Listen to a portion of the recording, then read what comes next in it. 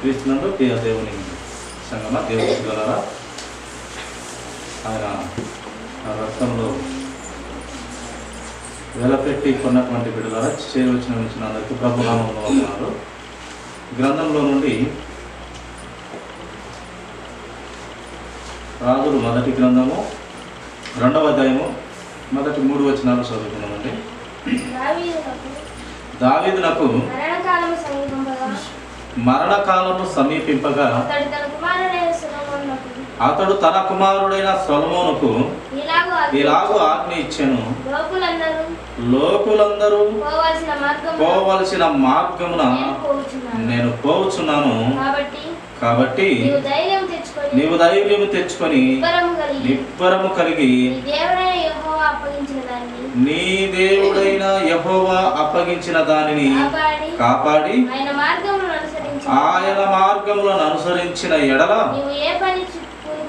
నీవు ఏ పని పూనుకొని నను ఎక్కడ తిరిగినను అన్నిటిలో వివేకముగా నడుచుకుందువు. మోసే ధర్మశాస్త్రములో వ్రాయబడి ఉన్న దేవుని కట్టడలను ఆయన నియమించిన ధర్మమంతటిని ఆయన న్యాయ విధులను శాసనములను గైకొనుము. చూడండి దేవుని పిల్లలారా, ఇక్కడ ఒక రాజు కుమారునికి చక్కని మాటలు తెలియపరుస్తూ ఉన్నాడు. ఒక రాజు తర్వాత మళ్ళీ రాజు అవుతున్నటువంటి రాజు కుమారునికి చక్కని బోధ, ఒక తండ్రిగా చక్కని బోధ తెలియపరుస్తున్నాడు. ఆయనైతే లోకులందరూ పోవలసిన మార్గంలో నేను పోవచ్చున్నాను, కాబట్టి నీవు ధైర్యం తెచ్చుకొని నిబ్బరము కలిగి నేను చెప్పేటి మాటలు జాగ్రత్తగా విని వాటి ప్రకారం నడుచుకుని ఆయన నాకు తన కుమారునికి తెలియపరుస్తూ ఉన్నాడు. ఆయన రాజు కాబట్టి ఆయన సకల ఐశ్వర్యాలు, ధనధాన్యములు, సకల సంపద ఆయన దగ్గర ఉంటుంది. అయినప్పటికీ ఈ యొక్క రాజకుమారుడు మహాజ్ఞాని, దేవుని జ్ఞానం కూడా పొందుకున్నటువంటి ఈ యొక్క సల్మాన్ రాజుకు ఆయన దావీదు మహారాజు, ఈ యొక్క దావీదు మహారాజు అనే పదము ఆయనకు మాత్రమే దక్కింది. ఎవరిని మామూలుగా రాజు అంటారు, కానీ ఒక దావీదు మాత్రమే మహారాజు అని పిలుస్తారు. ఆ యొక్క రాజు తన కుమారునికి మరణకాలము సమీపింపగా ఆయన మంచంలో ఉండి మరణం అవుతాడు. కొన్ని దినాలకు మంచంలో ఉంటూ తన కుమారుడికి చక్కని బోధ, దేవుని సంబంధమైన, ఆత్మీయమైన సంబంధమైన, లోక సంబంధమైనది కాకుండా తన రాజు కుమారునికి ఆత్మీయమైన సంబంధమైన కొన్ని మాటలు తెలియపరుస్తూ ఇక్కడ వ్రాయించి ఉన్నాడు పరిశుద్ధాత్మ దేవుడు. నీ దేవుడైన యెహోవా అప్పగించిన దానిని కాపాడి ఏ పని నిమిత్తము నీవు ఉన్నావో, దేవుడు ఏ పని నీకు అప్పచెప్పినాడో ఆ యొక్క పనిని, దేవుడు అప్పగించిన పనిని నీవు కాపాడి, నిజంగా దేవుడు దావీదు మందిరము కట్టాలని ఆశపడ్డాడు, కానీ ఆయనను కట్టనివ్వలేదు దేవుడు. ఎందుకనగా ఆయన ఒక్కపారి యుద్ధంకు పోతే 10,000 మందిని చంపేసేవాడు. యుద్ధంకు పోతే మినిమం 10,000 మందిని చంపేస్తాడు. అంత యుద్ధంలో సామర్థ్యం కలిగినటువంటి ఆ వీరుడు, ధీరుడు, మహారాజు. కనుక నాయన నీ చేతులు రక్తము ఒలికించినావు, నీవు కట్టుట అంత శ్రేయస్కరం కాదు. రక్తం ఒలికించిన నీ చేతులతో దేవుని మందిరం కట్టుట అంత మంచిది కాదు. నీ తర్వాత నీ వంశంలో నీ కుమారుడు కట్టుటకు నేను పర్మిషన్ ఇస్తాను, లేదా అతని చేత కట్టించుకుంటానని దావీదు మహారాజుకు చెప్పినప్పుడు, అప్పుడు దావీదు మహారాజు సర్వస్వము సమకూర్చినాడు. మందిరముకు అంత బంగారుతో కట్టుటకు, మందిరం అంతా బంగారుతో కట్టుటకు సమస్తమును సమకూర్చి పెట్టి తన కుమారునికి అప్పచెప్పి, ఇది దేవుని మందిరము నీవు కట్టునాయన అని చెప్పి చెప్పినాడు. అందుకే ఇక్కడ ఈ యొక్క మాట రాసినాడు, నీ దేవుడైన యెహోవా అప్పగించిన దానిని కాపాడు నాయన. దేవుడు అప్పగించిన పని ఏదైతే ఇచ్చినాడో అది కాపాడి ఆయన మార్గములను అనుసరించిన ఎడల, దేవుని మాట విని ఆయన మార్గములు అనుసరించిన ఎడల, ఆయన కట్టడలు ప్రకారము జీవించిన ఎడల, ఆయన చిత్తము నెరవేర్చిన ఎడల, నీవు ఏ పని పూనుకొనినను అక్కడ ఎక్కడ తిరిగినను అన్నిటిలో ఎక్కడన్నా తిరుగు, ఏ పనైనా చెయ్యి, ప్రతి విషయంలో ప్రతి పనిలో వివేకంగా నడుచుకో నా కుమారుడా అంటూ దావీదు తన కుమారునికి బోధిస్తూ వస్తున్నాడు. అన్నిటిలో వివేకంగా నడుచుకుందువు. మోసే ధర్మశాస్త్రంలో వ్రాయబడి ఉన్న దేవుని కట్టడలను, ఆయన నియమించిన ధర్మమంతటిని, దేవుడు నియమించిన ధర్మశాస్త్రంలో నియమించిన మోషే గారి ద్వారా పాత నిబంధన ధర్మశాస్త్రంలో వ్రాయించిన ప్రతి ఆజ్ఞ నీవు దాని ప్రకారం నడుచుకుంటే, ఆ ధర్మం అంతటిని, ఆ న్యాయ విధులంటిని, ఆ కట్టడలంటిని నీవు నిర్వర్తించి వాటిని పాటించినట్లయితే నీకు మంచిది. ఆ శాసనములంటిని గైకొనుము అని ఒక ఆజ్ఞ కుమారునికి ఇచ్చి ఉన్నాడు. ఈ లోకంలో మనమైతే ఇలాంటి ఆ మాటలు చెప్పేవారిగా ఏ యొక్క కుటుంబంలోనూ కనపడవట్లేదు. ఏ యొక్క ప్రతి ఒక్కరము కూడా ఇలాంటి ఆత్మ సంబంధమైన మాటలు కుటుంబంలో పెద్ద తల్లిదండ్రులు తమ పిల్లలకు పరుస్తున్నారో లేదో తెలియదు, కానీ ఆ వినే పరిస్థితిలో కూడా లేదు. కనుక దేవుని సంబంధమైన ఆలోచనల ప్రకారం బ్రతకండి, ఆయన చిత్తము నెరవేర్చండి, ఆయన కోసమే బ్రతకండి. ఇంత గొప్ప మహారాజు అయినప్పటికీ చాలా సింపుల్గా దేవుని కోసం బ్రతుకు, దేవుని కట్టడలను మీరవద్దు, దాటిపోవద్దు. ధర్మశాస్త్రం అంతటినీ, ఆయన న్యాయ విధులను అన్నిటినీ, శాసనాలు అన్నిటినీ గైకొనుము నా కుమారుడు అంటూ ఇక్కడ ఆయన మరణపు మంచం ఎక్కిన తర్వాత తన కుమారునికి తెలియపరుస్తున్నటువంటి ఒక ఆజ్ఞలుగా, ఆయన లోకము విడుస్తున్న సమయంలో, మరణ పడకలో ఉన్న సమయంలో చక్కని బోధ కుమారునికి తెలియపరుస్తున్నట్టుగా మనము ఇక్కడ గ్రంథంలో చక్కగా చూస్తాం.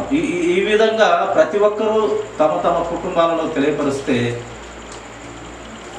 నిజంగా బతుకున్నంత సేపుకి అలా తెలియదేమో కానీ పిల్లలకు, మరి తర్వాత వారు పెద్దవారై, వారు పిల్ల పాపలు వచ్చి వారు పెద్దవారైనప్పుడు తండ్రి మాటలు లేదా తల్లిదండ్రుల మాటలు గుర్తుకొచ్చుకొని కొంచెం మటుకైనా క్రమంలో బ్రతుకుటకు, నీతి నిజాయితీగా బ్రతుకుటకు ఒకపారి తప్పైనా ఒకపారి ఆలోచన కలుగుతుంది. కనుకనే దేవుని ఆలోచన చెప్పాలి, దేవుని కట్టడలు చెప్పాలి, దేవుని ప్రేమను చెప్పాలి. నిజంగా ఈ యొక్క భూమి మీద బ్రతుకుతున్న దేవుని కృపచేత, దేవుని కృపను పొందుకొని, ఆయన కనికరం పొందుకొని, యేసుక్రీస్తు వారిలో నిన్ను నన్ను దేవుడు పుట్టించినాడు, ప్రతి ఒక్కరిని కూడా.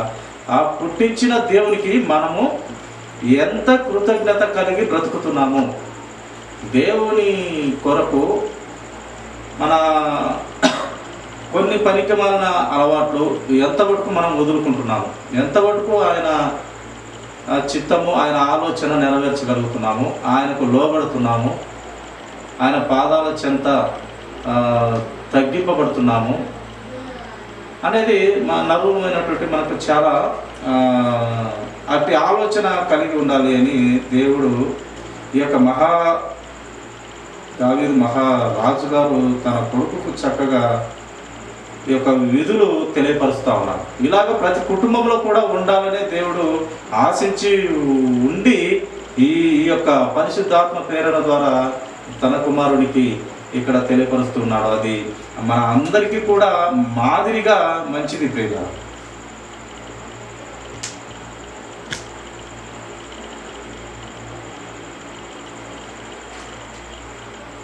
చూడండి, తిమోతికి రాసినటువంటి మొదటి పత్రిక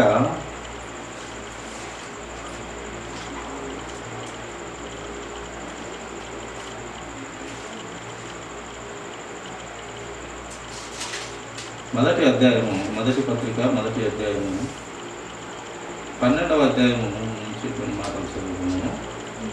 పూర్వము దూషకుడును హింసకుడును హానికరుడునైన నన్ను తన పరిచర్యకు నియమించి నమ్మకమైన వానిగా ఎంచినందుకు, ఇక్కడ పౌలు గారు మాట్లాడుతున్నాడండి. ఈ యొక్క తెలియపరుస్తున్నాడు, తిమోతికి చెప్తూ ఉన్నాడు. నమ్మకమైన వానిగా ఎంచినందుకు నన్ను బలపరచిన మన ప్రభువైన క్రీస్తు యేసుకు కృతజ్ఞుడండి. ఈ యొక్క కృతజ్ఞత భావము ప్రతి ఒక్కరిలో ఉండాలని దేవుడు ఈ యొక్క మహాభక్తుని ద్వారా మనకు తెలియపరుస్తున్నాడు. ఎందుకు కృతజ్ఞత కలిగి ఉన్నాడంటే ఈయన పౌలు గారు, సౌలు అనబడినటువంటి ఈ యొక్క పౌలు గారు అప్పటికి రక్షణ లేనటువంటి సమయంలో ఆయన జీవితంలో జరిగినటువంటి సంఘటనలు చెప్తూ వ్రాయించినాడు. పూర్వము నా ముందు జీవితము, ప్రభువుని ఎరుగక ఉన్నటువంటి ముందు జీవితము, దూషకుడును, ఎప్పుడు తిట్టేవాడిని, ఎప్పుడు ప్రతి ఒక్కరిని హింసించేవాడిని, చాలా హానికరమైన పనులు చేసేవాడిని, తన పరిచర్యకు నియమించి నమ్మకమైన వానిగా ఎంచినాడు దేవుడు. నా పనికిమాలినమైన నా యొక్క ఆలోచనలో, నా బ్రతుకులో నేనుండగా దేవుడు నన్ను ఎన్నుకొని నన్ను చక్కని పనివాడిగా ఉండుటకు ఎంచినందుకు, నన్ను బలపరిచిన మన ప్రభువైన క్రీస్తు యేసుకు కృతజ్ఞుడనై ఉన్నాను. నా జీవితాన్ని మార్చిన దేవునికి నేను కృతజ్ఞత కలిగి ఉన్నాను. నా బ్రతుకు మార్చిన దేవునికి నేను కృతజ్ఞుడనై ఉన్నాను. చూడండి, ఎంత మంచి మాట మనం చూస్తూ ఉంటాము. కృతజ్ఞత అనేది చాలా అవసరము, మంచిది. మన జీవితాలలో కృతజ్ఞత చాలా అవసరం. దేవుడు ఎన్నో మేలులు చేస్తూ ఉంటాడు, ఎన్నో మనుషుల పట్ల ఎంతో ప్రేమ కలిగి చేస్తూ ఉంటాడు. కానీ కృతజ్ఞత లేని బ్రతుకుగా మనము కనపడుతూ ఉంటాము. మనకు ఎన్నో చేస్తాడు దేవుడు, ఎన్నో మేలులు చేస్తాడు. మన పనికిమాల జీవితాలలో దేవుడు ప్రేమ చేత, కనికరం చేత, దయా సంకల్పం చేత మనకు ఎన్నో మంచి పనులు చేస్తాడు. కానీ కృతజ్ఞత లేని వారిగా మనము కనపడుతున్నాము. కానీ ఇక్కడ పౌలు గారు అయితే చక్కని దేవునికి, ఇంత బ్రోత బ్రతుకును మార్చిన దేవునికి నేను కృతజ్ఞతనై ఉన్నాను. తెలియక అవిశ్వాసము వలన చేసి తిని కనుక కనికరింపబడి తిని. అతను తెలియని పరిస్థితుల్లో చేసినాడంట ఇవన్నీ. ఏమి? దూషకునిగా, హింసకునిగా, హానికరునిగా. అవన్నీ ప్రభువు శక్తి లేదా ప్రభువు మహిమ, ఘనత. ఆయన ఇంత గొప్ప దేవుడా, ఇంత మహిమ గల దేవుడా, ఇంత సృష్టిని సృష్టించిన దేవుడా అని తెలియక పొరపాటు చేసినాడంటే అప్పుడు చెప్తున్నాడు, ఒప్పుకుంటున్నాడు. తెలియదు, ఆయన పవర్ తెలియదు, దేవుని జ్ఞానము తెలియదు. ఆ జ్ఞానములో, అజ్ఞానములో, అవివేకములో ఉన్నప్పుడు చేసినటువంటి పనులు కనుక నేను కనికరింపబడినాను. తెలియక చేసినాను, తెలుసుకున్నాక నేను ప్రభువులోకి వచ్చి కృతజ్ఞతలు తెలియపరుస్తున్నాను అని ఇక్కడ లేఖనము తెలియపరుస్తూ ఉన్నది ప్రియులారా. మరియు మన ప్రభువు యొక్క కృపయు, క్రీస్తు యేసునందున్న విశ్వాసమును, ప్రేమయు అత్యధికముగా విస్తరించెను. పాపులను రక్షించుటకు క్రీస్తు యేసు ఈ లోకమునకు వచ్చినని వాక్యము నమ్మదగినదియు పూర్ణ అంగీకారమునకు యోగ్యమైనదియునై ఉన్నది. యేసు క్రీస్తు వచ్చినది పాపులను రక్షించుటకు. ఆయన ఈ లోకానికి వచ్చి నా వాక్యము నమ్మదగినది, పూర్ణ అంగీకారమునకు యోగ్యమై ఉన్నది. అట్టి వారిలో నేను ప్రధానుడను. ఈ విషయం నమ్ముటలో నేనే మొదటివాడను. యేసు క్రీస్తు ప్రభువారు ఆషామాషిగా ఈ లోకానికి రాలేదు. ఏదో ఆయన సేవలు చేయనికి, ఈ సేవలు చేయించుకునేదానికి ఈ లోకానికి రాయలేదు. కానీ ఆయన పాపలను రక్షించి పాపలను కరుణించి వారి బ్రతుకు మార్చి పరలోక రాజ్యం చేర్చుటకు, పాపంలో పడి చచ్చిపోయిన మన జీవితాల్లో వెలుగు నింపుటకు వచ్చినాడు. ఈ విషయము నమ్ముటలో నేనే ప్రధానుడను, మొదటివాడను నేనే, పాపులలో మొదటివాడను నేనే అని ఒప్పుకున్న ఈ యొక్క అపోస్తలుడైన పౌలు గారు దేవుని కృప, ఆయన ప్రేమ, ఆయన కనికరము, ఆయన ఎందుచేత ఈ లోకానికి వచ్చినాడని తెలుసుకున్న వాడిలో కూడా నేనే ప్రధానుడను అంటూ తెలియపరుస్తూ ఉన్నాడు ప్రియులారా యొక్క మహాభక్తుడు. అయినను నిత్య జీవం నిమిత్తము తనకు విశ్వసింపబో వారికి నేను మాదిరిగా ఉండులాగున యేసు క్రీస్తు తన పూర్ణమైన దీర్ఘ శాంతమును ఆ ప్రధాన పాపినైన నాయందు కనపరిచినట్లు నేను కనికరింపబడితిని. ఆయన దీర్ఘ శాంతంతో ఆ ప్రధాన పాపినైన పౌలనబడిన నేను ఆయన దీర్ఘశాంత ప్రేమ వలన నేను పాపినై నన్ను కరుణించి నేను కరుణించబడితిని. దేవుని ఆలోచనలో, దేవుని హృదయంలో అట్టి కరుణ నేను పొందుకున్నాను. తెలియక వివేకంలో అవిధేయతలో ఉన్న నన్ను చేసినటువంటి పొరపాట్లను దేవుడు నా యొక్క పొరపాట్లను తెలియపరిచి సరిదిద్దినాడు, నన్ను గద్దించి బుద్ధి చెప్పినాడు నాకు అంటున్నాడు. నిజంగా ఆయన శిష్యులను, యేసుక్రీస్తు వారి శిష్యులను ఎంతోమంది హింసించి చాలామందిని కూడా చంపినట్టుగా, చాలా హింసించినట్టుగా ఆయన నోటి మాటగానే పౌలు గారు చెప్తారు. ఇవన్నీ కూడా ఆయన చేసినప్పటికీ అప్పుడు అవిధేయతలో ఉన్నాను కనుక నేను ఆయన కనికరం పొందుకున్నాను. వాటిని ఆయన తెలియక చేసిన వాటిని ఆయన కరుణించి ఆ పాపాన్ని నా నుండి తీసివేసినాడు అని చక్కగా చెప్తున్నాడు పిల్ల. చూడండి, ఇర్మియా గ్రంథము 31వ అధ్యాయం 3వ వచనం ఒక మాట చదవండి. ఇర్మియా గ్రంథము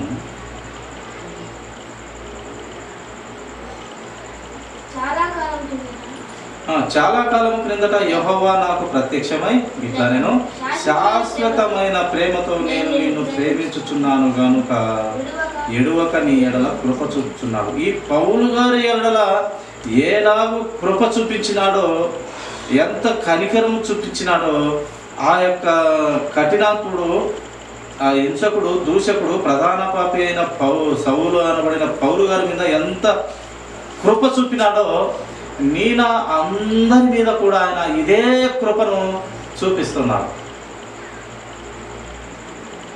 అందుకైనా చాలా కాలం కిందట యెహోవా నాకు ప్రత్యక్షమై ఇట్లా నేను ఇర్మియాకు చెప్తున్నాడు దేవుడు, శాశ్వతమైన ప్రేమతో నేను నిన్ను ప్రేమించుచున్నాను కనుక విడువక నీ ఎడల కృప చూపుతున్నాను. నిన్ను చేయి పట్టుకొని విడవలేకున్నాను.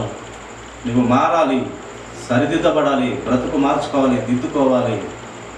నిన్ను పుట్టించిందికి ఈ లోకం మీదలో నిన్ను పుట్టించింది అందుకే, నువ్వు మారనికే, బ్రతుకు మార్చుకున్నట్టుకే, దిద్దుకొనుటకే, క్రమంగా బ్రతుకొనుకున్నట్టుకే, ధర్మశాస్త్రంలో ఉన్న కట్టడలు, విధులు, శాసనాలు నువ్వు గైకొని చక్కని బ్రతుకుటకే నిన్ను నేను పుట్టించినాను అని దేవుడు తెలియపడుతున్నాడు. పుట్టించిన దేవుడు నిన్ను బంధించి నా నామమే నమ్ము అని చెప్పట్లేదు. నేను బంధించి నన్ను పరిశీలించు, నేను ఉత్తమునినో కాదో తెలుసుకొనే నా వైపుకు తిరుగు. నేను ఉత్తముని కాదన్నట్లయితే నా ఎద్దకు రావాల్సిన అవసరత లేదు అంటున్నాడు యేసుక్రీస్తు ప్రభు గారు. కనుక పిల్లరా, ఆయన చాలా ప్రేమ కలిగిన దేవుడుగా మనకు కనపడతాడు. అందుకే దేవుడు లోకమును ఎంతో ప్రేమించినాడు. ఈ సృష్టిని, దేవదూతలను, ఈ సృష్టిలో కనపడుతున్న ప్రతి వస్తువు, భూమి, చెట్లు, చేమలు, ఆకాశం, మహాకాశములు అన్నీ కూడా ఆయన నోటి మాట ద్వారా కలుగునుగాక అంటే కలిగిన ఇవన్నీ. కానీ ఒక మనిషిని మాత్రము కలుగునుగాక అంటే కలిగినట్టు ఆయన చేయలేదు. ఆయన ఎంతో ప్రేమించిన ఈ లోకాన్ని తన సొంత చేతులతో బొమ్మను తయారు చేసి, ఆయన రూపంలో తయారు చేసి, ఆయన పోలికలో తయారు చేసి, ఆయన హృదయంలో నుండి ఆయన నోటి ద్వారా జీవ వాయువును మన నాసికారంధ్రాల ద్వారా ఊదినాడు. అంత ప్రేమించినాడు. అంత ప్రేమించిన దేవునికి నేను కృతజ్ఞత కలిగి ఉన్నామా?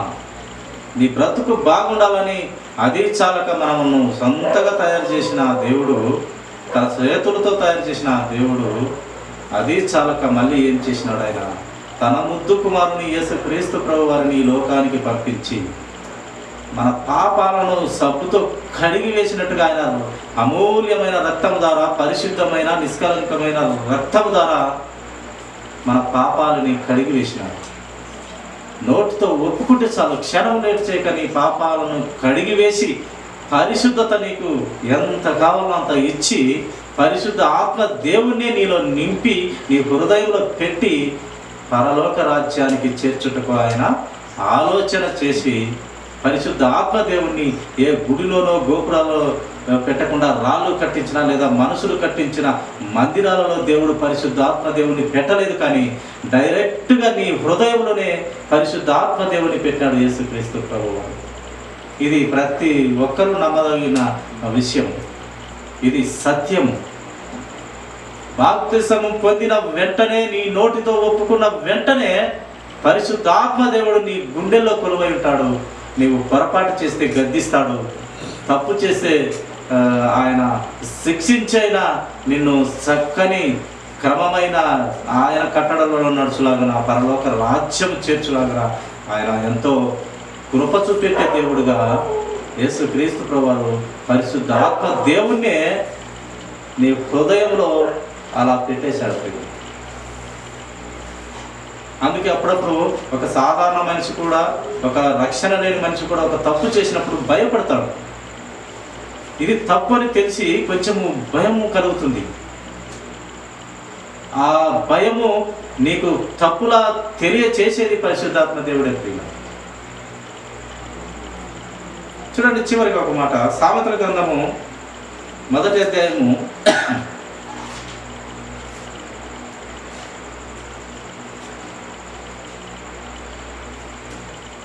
23వ వచనము చదవము. నా గద్దింపు విని తిరుగుడి, ఆలకించుడి, నా ఆత్మను మీ మీద కుమ్మరించుదును, నా ఉపదేశమును మీకు తెలుపుదును. చూడండి, దేవుడు చెప్తున్నాడు, పరిశుద్ధాత్మ దేవుడు యేసుక్రీస్తు ప్రభు వారు ఆయన ఒక్క భార్యని నోటితో ఒప్పుకుంటే చాలంట పిల్లల. ఆ దేవుడు నీ గుండెల్లోనే కొలువై ఉంటాడని దేవుడు సాక్షాత్ యేసుక్రీస్తు ప్రభు వారే చెప్పి ఉన్నాడు. మీ నిమిత్తమే నేను వెళ్తున్నాను, ఆ బంగారు వీధులలో ఆ యొక్క రమ్యమైన ఆ ఇళ్ళను నీ కోసం తయారు చేయడానికి వెళుతున్నాను, నేను మళ్ళీ తిరిగి వస్తాను. పరిశుద్ధాత్మ దేవుని డైరెక్ట్గా మీ హృదయంలోనే పెడుతున్నాను. అంతవరకు మీరు పరిశుద్ధాత్మ దేవుని బాధపరచకండి, దుఃఖపరచకండి.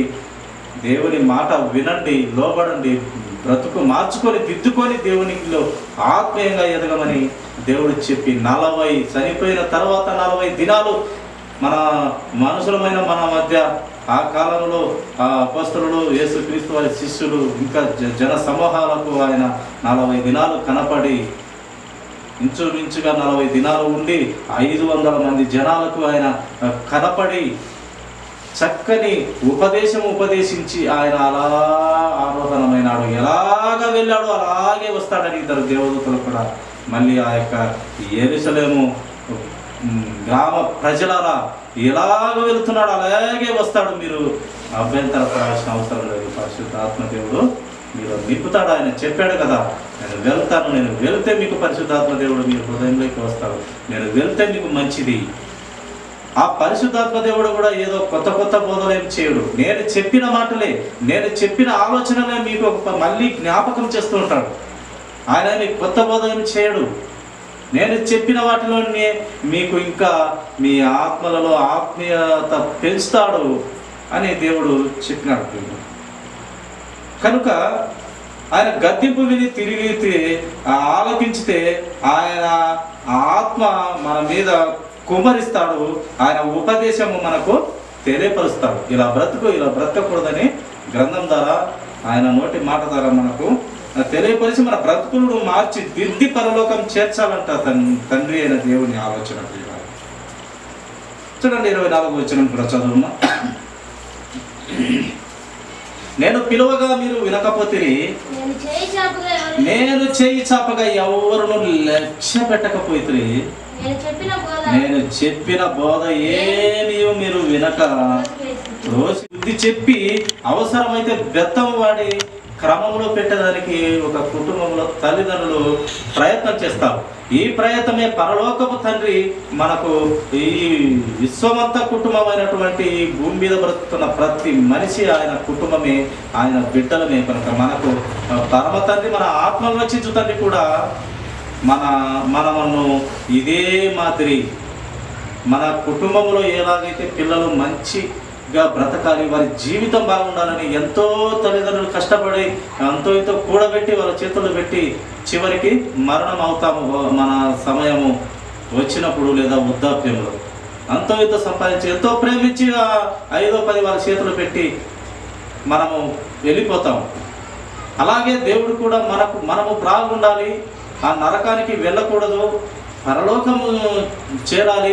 ఎందుకు పరలోకము నా బిడ్డలు రావాలి, నరకానికి వెళ్ళకూడదంటే, నా రక్తం ఇచ్చి కొన్నటువంటి బిడ్డలు, నేను చేతులతో తయారు చేసినటువంటి బిడ్డలు మీరు, నా నోటి ఊపిరి ద్వారా మీకు జీవాత్మ ఇచ్చిన నా యొక్క సొంత బిడ్డలు, నా రక్తం మీరు అని ఆయన ఎంతో ప్రేమను కనపరుస్తున్నాడు ప్రియులారా. కాబట్టి నా జీవితాలలో దేవునికి భయభక్తులు కలిగి దేవుని చిత్తంలో బ్రతికితే అంతకన్నా ధన్యత లేదు. తర్వాత మనం చనిపోయినా మనకు లాభము. బ్రతుకుడైతే క్రీస్తు, సావైతే లాభము అన్న పౌలు గారు లాంటి మహాభక్తుని ఆలోచన ఎంత గొప్పది ప్రియులారా. బ్రతుకుతే క్రీస్తు, సావైతే లాభము. బ్రతికిన నాలుగు యేసు మాటలే చెప్పాలి, క్రీస్తు పలుకులే పలకాలి, ఆయన బోధే చెప్పాలి, ఆయన సత్యంలోనే బ్రతకాలి. చనిపోయిన తర్వాత క్షణంలోనే నేను తండ్రి యొద్ద లేదా కుమారుని యొద్ద పరిశుద్ధాత్మ యొద్ద నేను ఉంటానని నమ్మేటువంటి విశ్వాసులు, క్రైస్తవులు,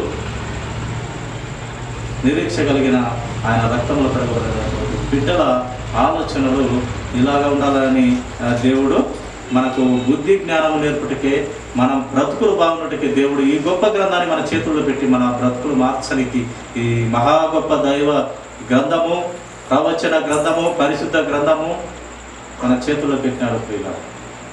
ఈ కొద్ది మాటలు దేవుడు దీవించును గాక. తల వంచినట్లయితే చిన్న ప్రార్థన. మహాగణుడా, పరిశుద్ధుడా,